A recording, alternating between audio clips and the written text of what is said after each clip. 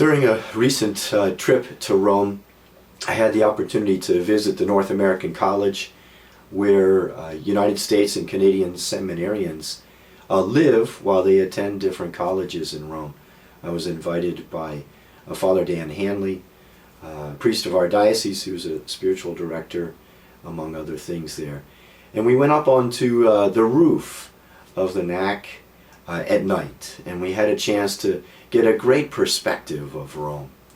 And part of that perspective was to see the hustle and bustle of Rome with the sirens and the traffic and the noise and the lights.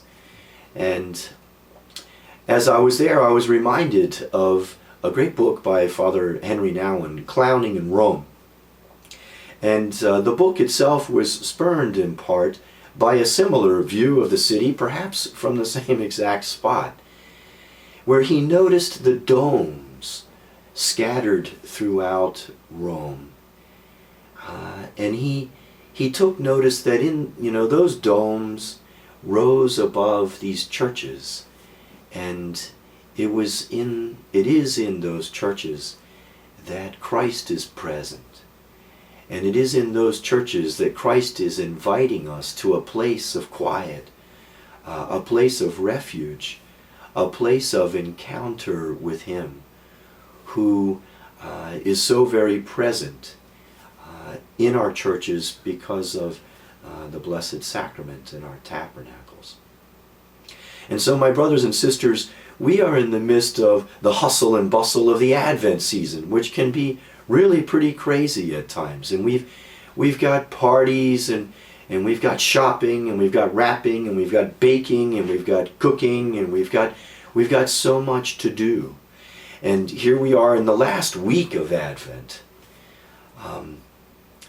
And I really think that the Lord is inviting us to stop regularly in the midst of this craze and to visit our churches and to visit our chapels and to visit the tabernacle and to come and spend some time with Jesus, who so desires to be our refuge, to be our peace, to bring peace and calm and quiet to our hearts every day of the year, but in a particular way during this Advent season.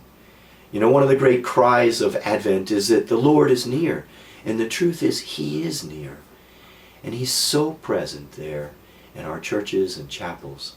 And I invite you to pause, perhaps several times in this next week, and go and visit a church and spend some time there with our Lord, experiencing the peace and the comfort and the renewal that He alone can give to us.